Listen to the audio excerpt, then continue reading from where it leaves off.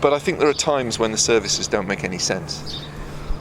So let me get this clear. So you are in favor of service flexibility? I'm in favour of service flexibility with some sensible Technical restrictions. constraints. With some sensible restrictions for Yeah. services that have to operate in a certain way, that don't have a choice.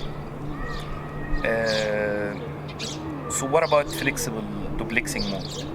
What about your opinion on regulators like in the 2.6 giga applying flexible duplex mode, neutral, TDD or FDD? That comes down to border coordination to me. Because again, if you take the high power, high tower, low power, low tower, you don't want your neighbour using a high power, high tower service when you're listening. Effectively, you don't want your neighbour transmitting while you're trying to receive.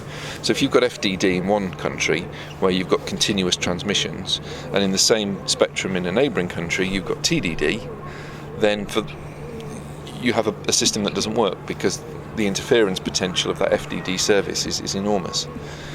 So having flexibility in that sense, I don't think works.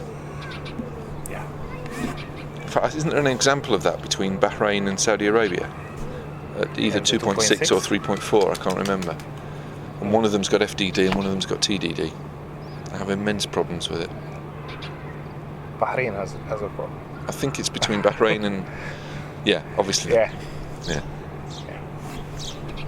Because Bahrain is adopting technology neutral approach. I'm not sure they are adopting service neutral, No. but they are adopting technology neutral. But the service neutral thing also has political implications as well, because of the way that things are often licensed. So you get a broadcasting license, you get a mobile license, or you get a fixed wireless license in many countries, and the license itself is not technology neutral. So it doesn't make sense to have technology neutral spectrum.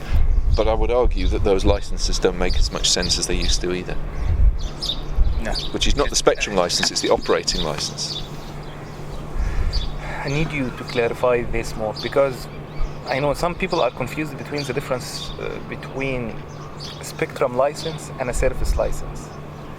So you're talking that the difficulty in service flexibility is also related to the licensing.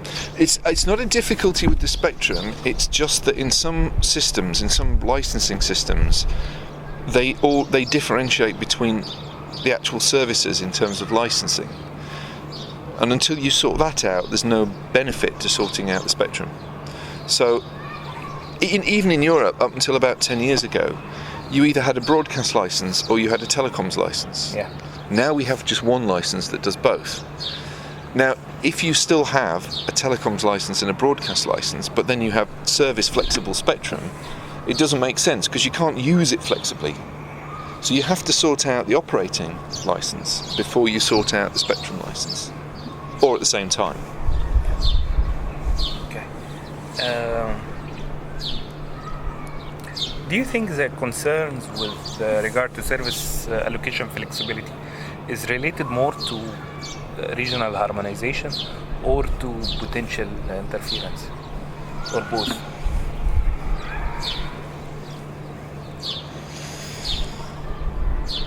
I think there's an issue with there's clearly an issue with cross-border interference. But I mean, so there's a paper done by the ANFR in France that said if we chose to use 700 megahertz for mobile when everyone else continues to broadcast, how much of France would suffer interference from its neighbours? And the answer is nearly all of it. And then they look the other way around. If France retained broadcasting and everybody else went mobile, which countries and how much interference would France cause? And it's phenomenal.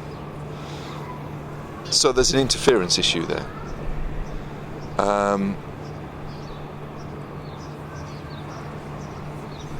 I think that's. And what was the other option? Harmonization and interference. But they're kind of the same thing, aren't they? I mean, you know, this is the whole point with the French study, that the harmonisation is needed because of the problems that you would otherwise get with interference. You know, if you're non-harmonised, then you don't have protection from interference potentially, or at least you don't have the same ability to use the spectrum in an efficient way. Okay. The European Commission, the issue of WAPEX, and they have applied at least technical restriction in terms of having block edge mask and flexible duplex mode in the 2.6. Do you think the Arab countries can apply such model? Is it beneficial? Having technology flexibility in all of those bands is beneficial, no question. Why should you... Having technology, did you mention technology or service flexibility? Technology flexibility. Having technology flexibility unquestionably is a good thing. Service flexibility, again, especially if you have some countries who want to continue broadcasting, is clearly useful. Having the 2.6 uplink downlink, should Arab countries adopt that,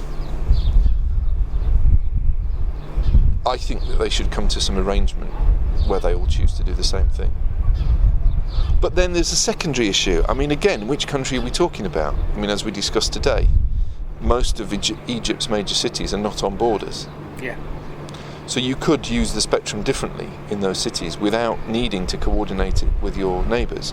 Whereas you look at Bahrain or Qatar, where the whole country is on the border, and there are big towns on the other side, then that doesn't work. So I don't think you can necessarily say it's a solution for all Arab and Gulf states. You'd have to look at it on a country-by-country basis. Do you think that contradiction with the ITUR Article 5 of allocation is one of the reasons that regulators are not in favor of service allocation flexibility? Remind me of what Article 5 says. Article 5 is allocation. Okay. The table of allocation. Okay. What? I haven't got a frequency allocation table in front of me, but I suspect if you look at a lot of the bands in question, where we are looking at service flexibility, you'll find they've already got mobile as a footnote or as a secondary user anyway.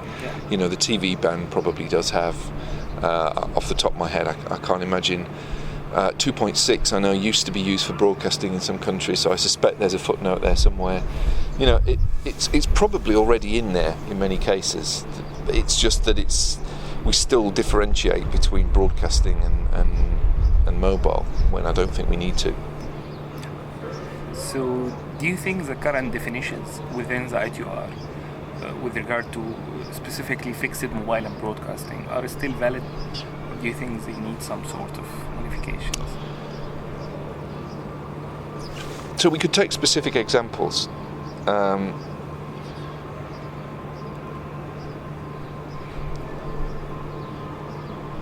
So let's take the example of satellite broadcasting. Yeah. Actually, the majority of satellite broadcasting is in a fixed service band, not in a broadcast band. And a fixed satellite service? Yes. So, does that make sense? That's fixed and not broadcasting? That answers itself, really. If you have a look, most of the KU band is fixed and not broadcasting. So we already have substantial broadcasting taking place in a fixed band because the definition doesn't matter. But it's when we talk about UHF that all of a sudden we have this issue that for some reason broadcasting is different to fixed or mobile. Mobile, yes, there is still a difference there, and it's to do with the interference, and it's to do with the fact that things move, and that presents a different situation. But fixed and broadcasting, in the majority of cases, I would argue are almost the same thing. One of the agenda items that were discussed in the WRC it's 1.2. They were discussing the revision of fixed service definition. So they wanted to differentiate between point-to-point, fixed point-to-point, and fixed point to area. Like the WiMAX. So they wanted to change the European countries. They called for changing the fixed service definition to state clearly that it's between a fixed point to a fixed point in a certain place. but most of the countries resist that. I can find a clear